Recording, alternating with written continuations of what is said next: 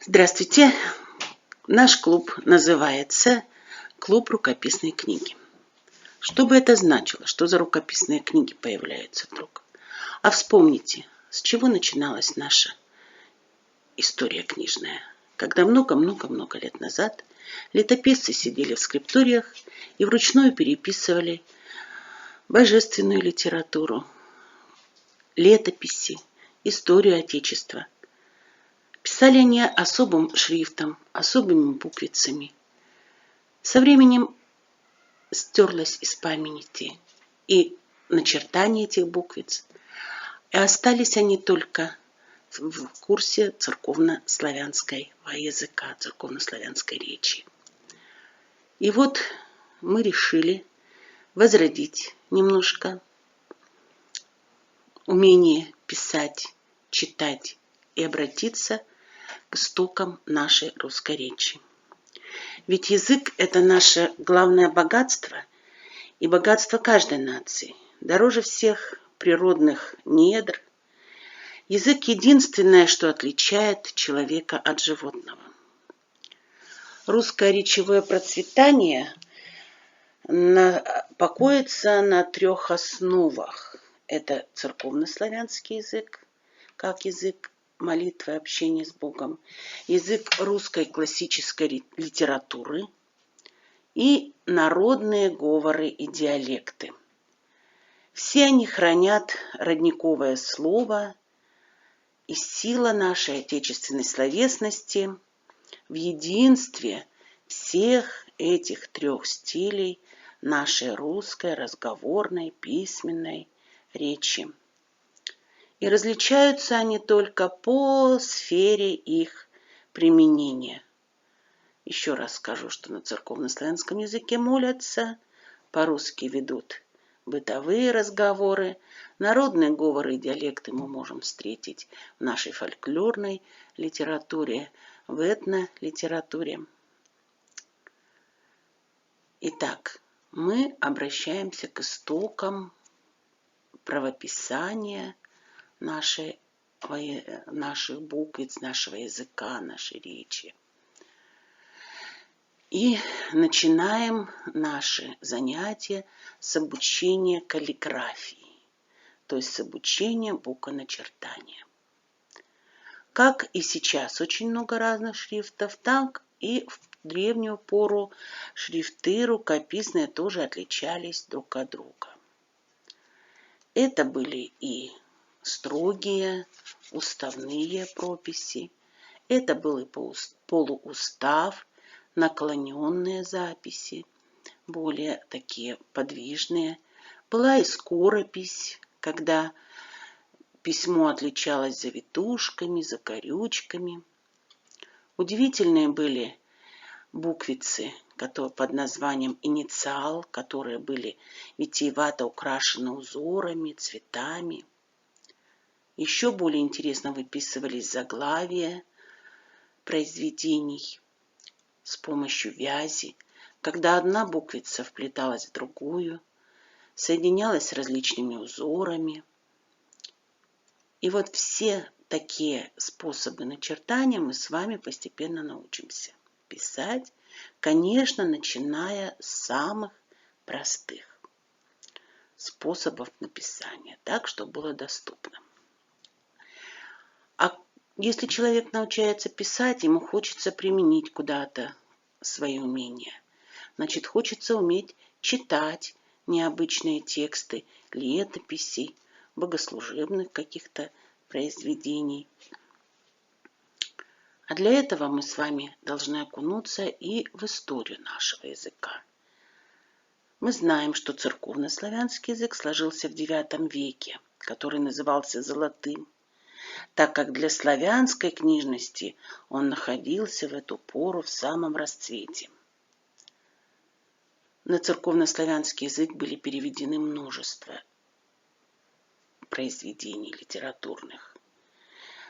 Во-первых, Библия, конечно, сочинения греческих и латинских богословов, учителей монашеской жизни, византийские, исторические и научные сочинения поучения различные, жития святых, летописи.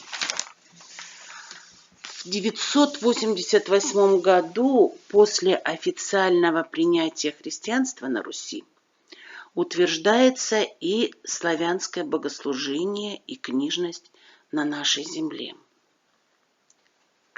Были в Древней Руси книжники-профессионалы, которые переписывали и исправляли ошибки, трудясь в скрипториях при больших монастырях. И очень важно было писать аккуратно, правильно, красиво, ибо слова, которые произносились, были обращены к Богу, к душе человеческой и соответствовали вероисповеданию. Как пишешь, как говоришь, так и мыслишь, так и живешь. В конце XV века был составлен полный свод библейских книг Ветхого Нового Завета, Геннадьевская Библия, которая и легла в основу первопечатной славянской Библии. Первопечатная славянская Библия была издана в городе Остроге в 1581 году знаменитым нашим первопечатником Иваном Федоровым.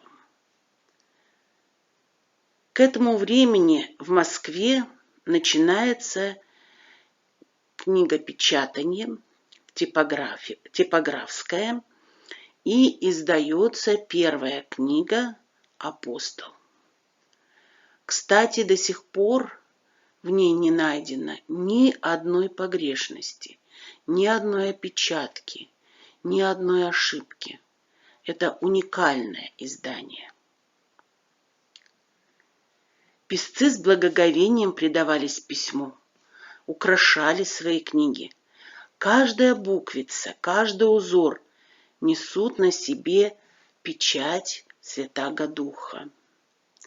Видимые украшения книг – это невидимое благолепие, а размеренность, пропорция, стройность и порядок аналогично стройности и порядку на небесах. В течение нескольких веков формировалась азбука под названием кириллица. С нее мы и начинаем знакомство с нашими буквицами. Выглядит она вот так. Удивительно то, что каждый знак этой азбуки, каждая буквица имеет свое собственное имя, певучее, многозначимое, и о значении каждой буквицы и каждого знака, каждого имени мы тоже рассказываем на занятиях нашего клуба, и всегда можно прийти, познакомиться, послушать, о чем же у нас идет разговор. Но кириллица была организована и как раз очень нам знакома по многим буквам, которые перешли и в алфавит русской гражданской азбуки, не сразу. Святыми Кириллом и Мефодием по просьбе моравского царя Ростислава были приглашены святые братья, на сегодняшний день святые, тогда еще просто были умные, разумные люди, грамотные. Кирилл, и он пригласил своего брата Мефодия для того, чтобы составить азбуку для славянского народа, поскольку они хотели пользоваться своей письменностью, своей речью и молиться, соответственно, на своем языке, и писать какие-то литературные произведения.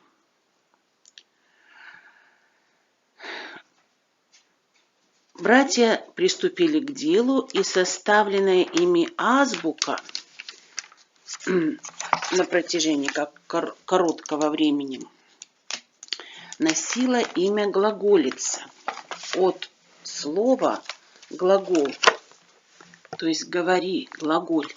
Потому что и главное было подчеркнуть, что главное в нашем жизни – это слово. Глаголица была составлена на основе знаков креста, круга и треугольника. Ну, похоже на какую-то тайнопись для нашего времени сейчас. Кстати, ее вполне можно выучить и использовать для творческих вот таких шифрованных писем. Примеры ее сохранились. На острове Крит очень много, кто путешествует, могут посмотреть в монастырях, в церквях, на плитах, и показывают и в книгах произведения написанные на этой азбуке. Но со временем пользоваться ей стало не очень удобно, потому что надо было аналог производить с греческой письменности, с греческого языка в основном переводились книги. И ученики Кирилла и Мефодия используют для основных звуков, в которых есть соответствие в греческой азбуке и в нашей славянской азбуке, и аналогичные же знаки.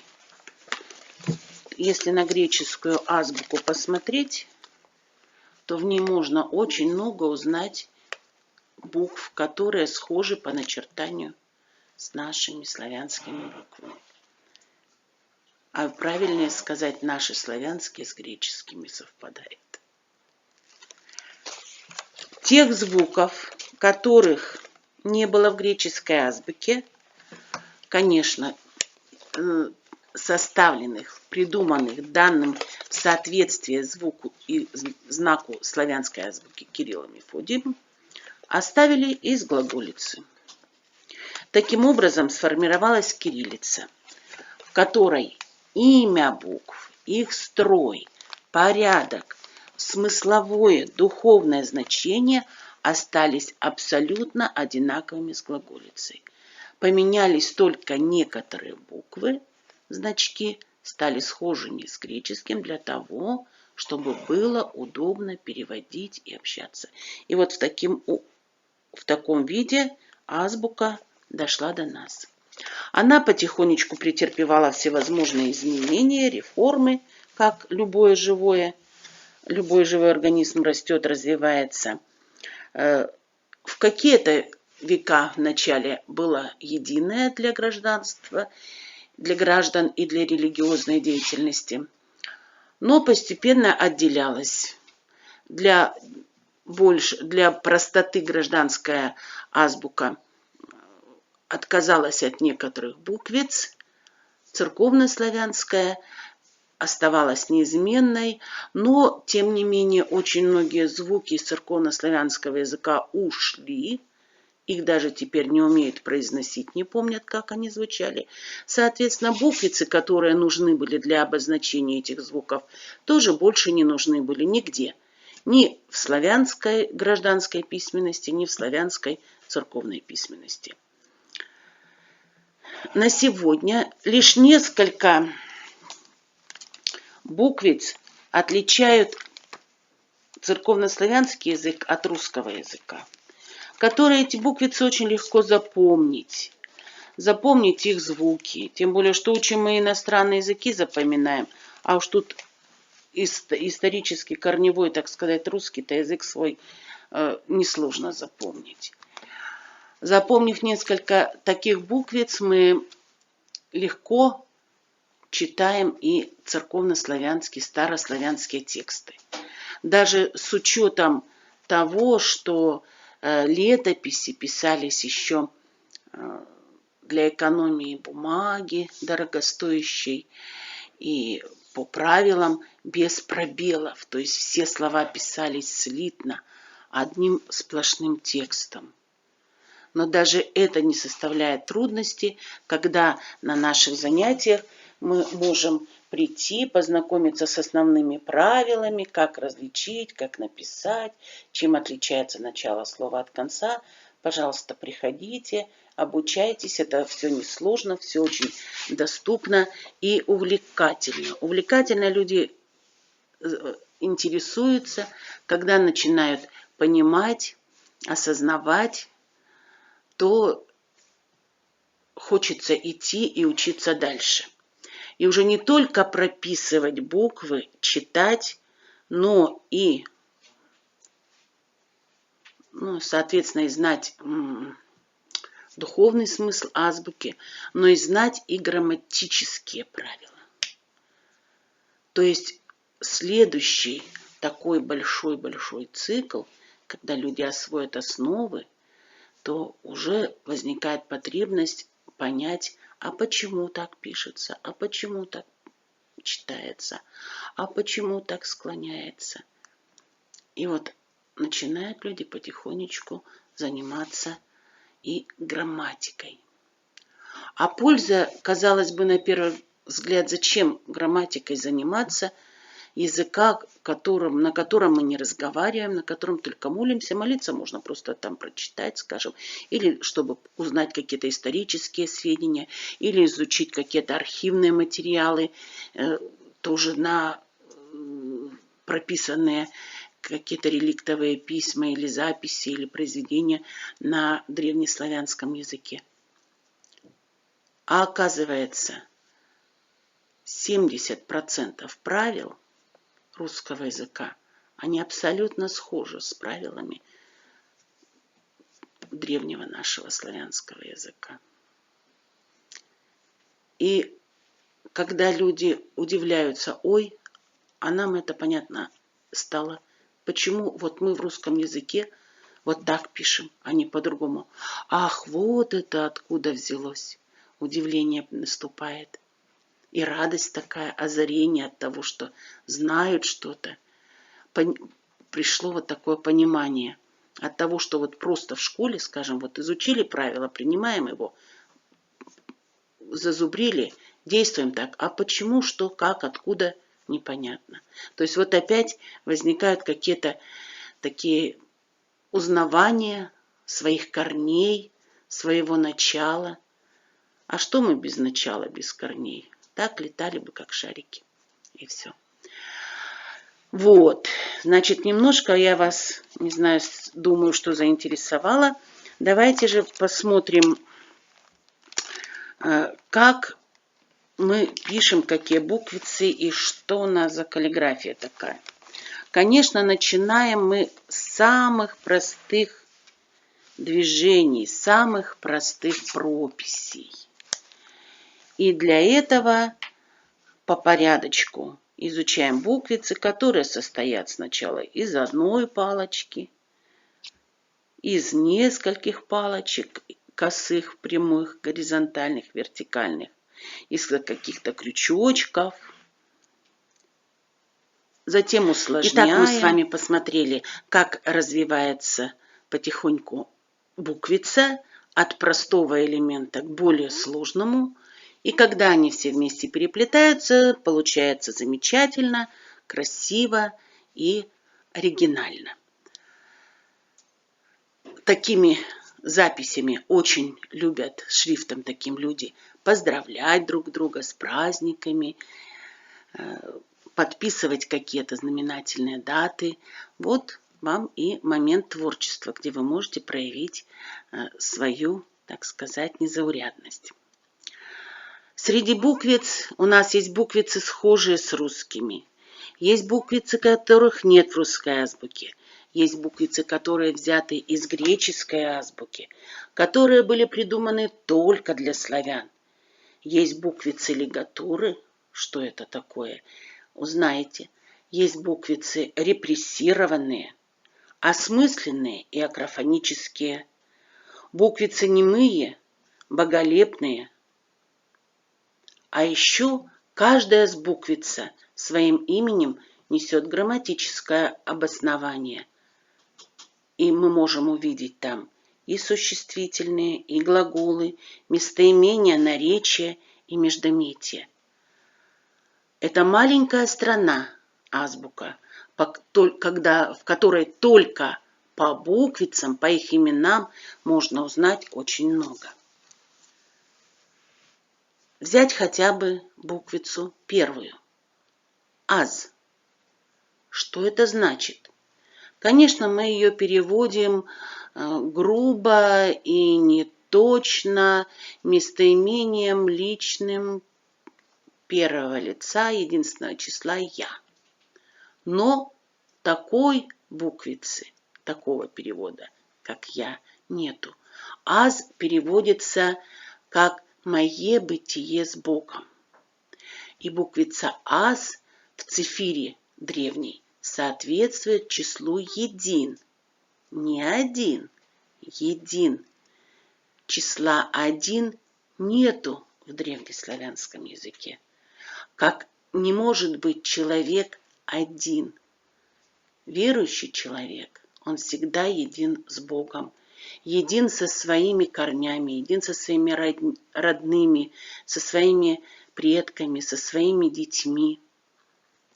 И от этого становится не одиноко, а прекрасно жить на земле. И это дает всего лишь один звук «а», с которым мы рождаемся на свет. И, соответственно, имя этому звуку «аз». «Мое бытие с Богом» переводится так.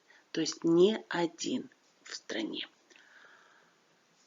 А звук «я» тоже есть в церковнославянском языке. Но он акрофонический. Он просто изображает звук. И ничего больше не несет в себе никакого смысла. Но самое интересное, что этому звуку «я» соответствует не одна, а два начертания, две буквицы, одна из которых называется малый юз. И малый юз имеет тоже свой перевод. Он переводится как «их». Их, местоимение «их». Вот таких очень маленьких, но очень интересных особенностей у каждой буквицы достаточно. И своего рода можно сделать удивительное открытие. Кроме всего прочего, буквицы у нас и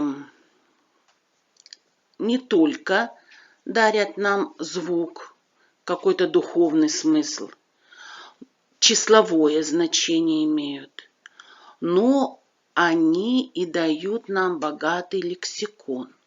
То есть мы составляем на каждую из буквиц словарь необычных слов. Например, что такое аксиос, что такое артос, что такое аминь. Все слова на каждую буквицу мы обговариваем, обсуждаем, находим соответствие. И тоже получается иногда открытие в том, что огромное количество слов у нас взято из греческого языка. И когда мы узнаем кириллицу в ее первозданном значении и даже глаголицу, то люди иногда удивляются, что вдруг они могут прочитать текст или какие-то фразы даже на греческом языке. Вот даже вот такие удивительные события происходили. Наполняется наше рукописное издание, рукописная наша азбука и пословицами и поговорками на каждую буквицу, афоризмами, фразеологизмами, крылатыми выражениями, простейшими, но очень важными грамматическими сведениями. Например, как склоняется местоимение «аз». Ведь это личное местоимение, значит, оно должно как-то и склоняться. Для взрослого вариант такой посерьезней. А для детей, которые хотят использовать, скажем, варианты взрослые, обучаются, но используют свой материал для своих детей, для внуков очень многие, мы можем привести и на каждую буквицу большое количество развлекательных, занимательных заданий. Например, кроссворды, ребусы, всевозможные. Все у нас и еще и иллюстрируется. То есть мы находим соответственные картинки, иллюстрации, для того, чтобы показать и слова на данную буквицу, и каких-то жизнеинтересных людей, необычные слова, ну и многое другое. Так, кроме всего прочего, на каждую буквицу почти что можно и как-то расширить наше с ней общение. Например, если мы знаем, что на буквицу И десятиричная, которая иногда называется йота черта, начинается слово икона, то как не рассказать о том, что такое иконостас, как он расположен, как он называется, как он прочерчивается. То есть мы, кроме обсуждения буквицы, даем и какие-то еще интересные обсуждаем материалы и сведения, которые расширяют наш кругозор и по другим вопросам. Что еще хочется сказать? Что вот любители творческих таких вот каких-то действий могут проявить свой интерес и свои способности и в таком жанре древней русской словесности, как азбучный акростих. Если вы начнете читать имена букв по порядочку, не спеша, можно заметить удивительную особенность, что часть имен буквиц складываются прямо в предложение, которые незримо и тому, кто умеет в них слушаться, подскажут какие-то интересные мысли, какие-то правила, может, жизненные, какие-то философские вопросы. Давайте попробуем, начнем. Аз-буки веди.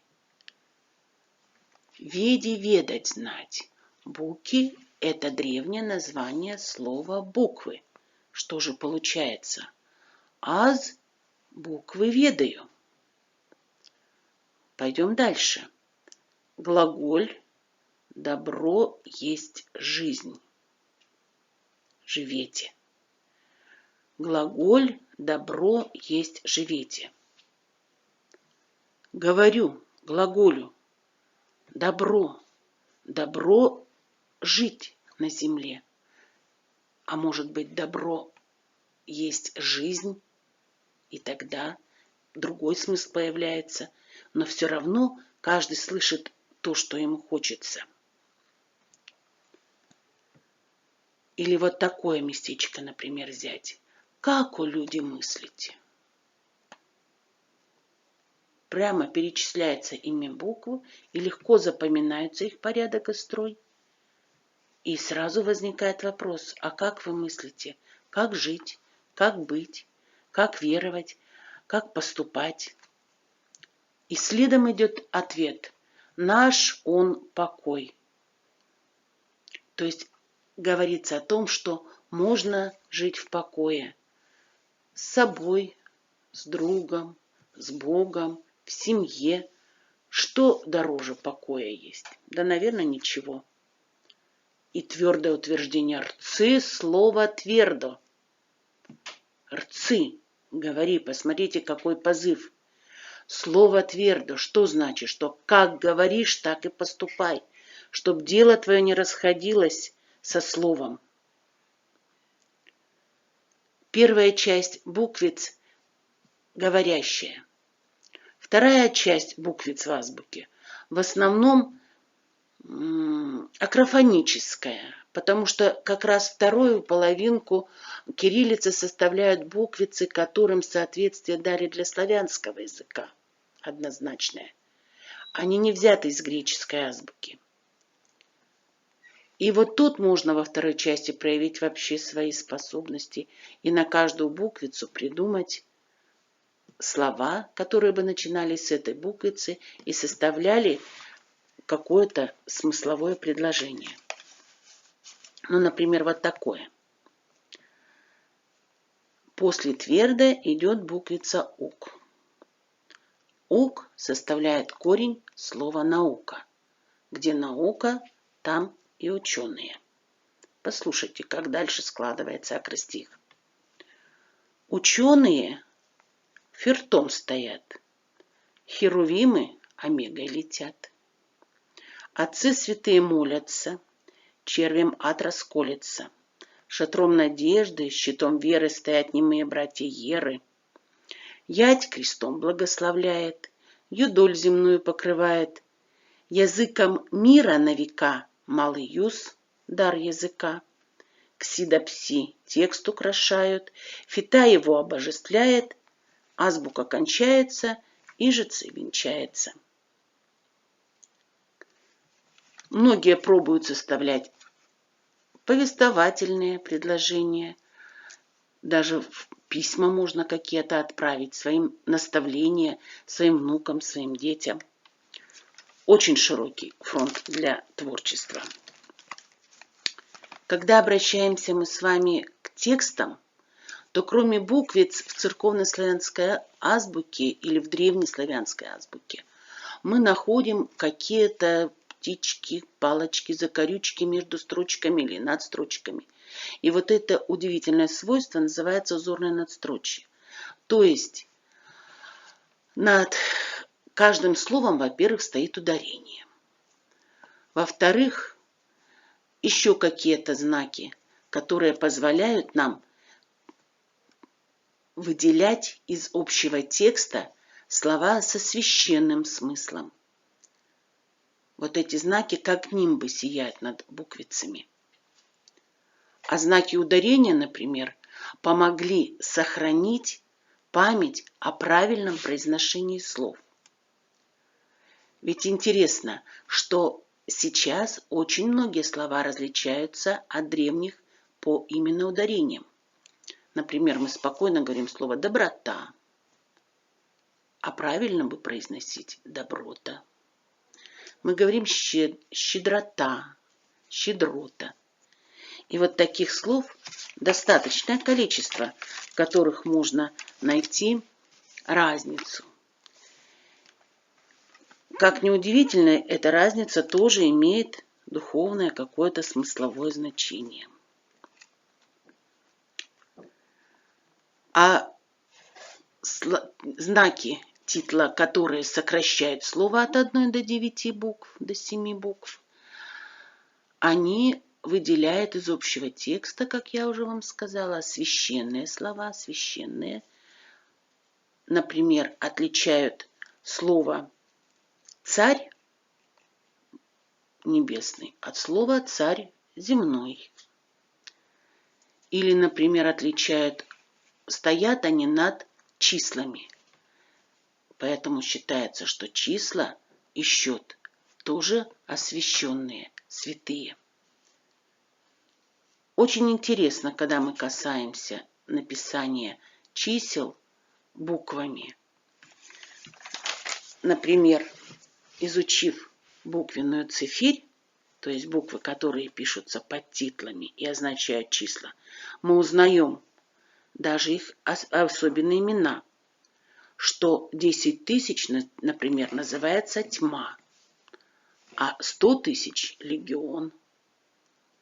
Причем легион есть слово по звучанию схожее в латинском языке. Римский легион воинов, да? Он отличается по написанию от легиона числа. И по значению отличается. Римский легион 6 тысяч, а легион как число 100 тысяч. Вран, колода, тьма тем, Леодр. Что это за числа? Приходите, узнаете. Можно использовать буквенную цифирь для обозначения страниц, номеров глав, статей. Можно придумывать интересные кроссворды и задачи. например, перевести дату своего рождения на буквенную цифирь, посчитать, сколько вам лет со дня летоисчисления, то есть со дня сотворения мира, а можно посчитать и со дня Рождества Христова, как у нас сейчас считается. Можно порешать интересные задачки из учебника Магнитского арифметики, по которой когда-то учились, например, гардемарины, осваивая корабельное дело.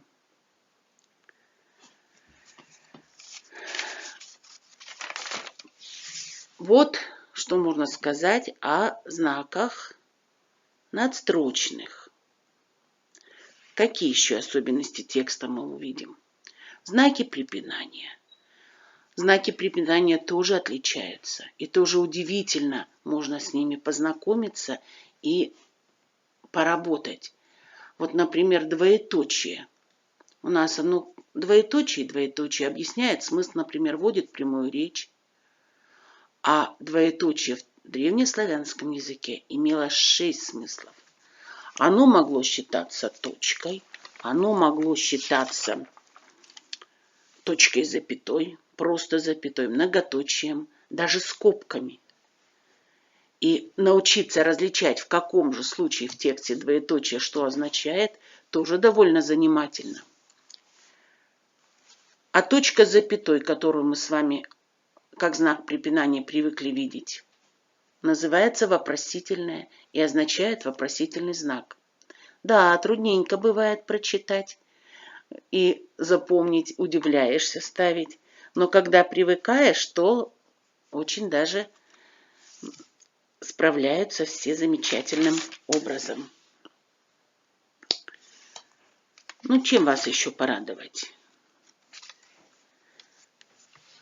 Ну, например, мы с вами не задумываемся о том, что церковнославянизмы – это просто слова и формы, вошедшие в общее употребление из церковнославянского языка. Мы с вами очень часто используем или читаем, когда Пушкина, Ершова, других наших поэтов, слова «град», «брег», «глаз», «млечный». И мы не задумываемся о том, что эти все слова взяты из древнерусского славянского языка. Просто они у нас неполногласные. Мы не задумываемся о том, что слова, в которых существует чередование, каблук, каблучок, мы их просто принимаем на веру, как есть, как нам в школе сказали, что это тоже наследие церковнославянского языка, древнеславянского языка. А все приставки, суффиксы – это тоже наследие древнего языка. И когда сравниваешь и смотришь, что ну надо же, мы это воспринимаем уже все как привычное, а оказывается, какой глубокий смысл и какое историческое значение несет каждое слово. А если взять словообразование, это вообще живой кладезь лексики. Ведь в очень-очень старом славянском языке слова были почти все однокоренные. Двухкоренных сложных слов не было. И это тоже дар нам от Кирилла и Мефодия и греческого языка. И для нас составить двусложное слово не представляет никакой проблемы. Например, благородный, достопримечательный. Мы играем словами, как хотим, и не задумываемся, откуда и это появилось и как родилось. И об этом тоже интересно узнать на наших занятиях. Мы не задумываемся, что лексические слова у нас приобрели очень высокое духовное содержание. Например, слово «мир». Как мы его воспринимаем? Мир – это наша Вселенная.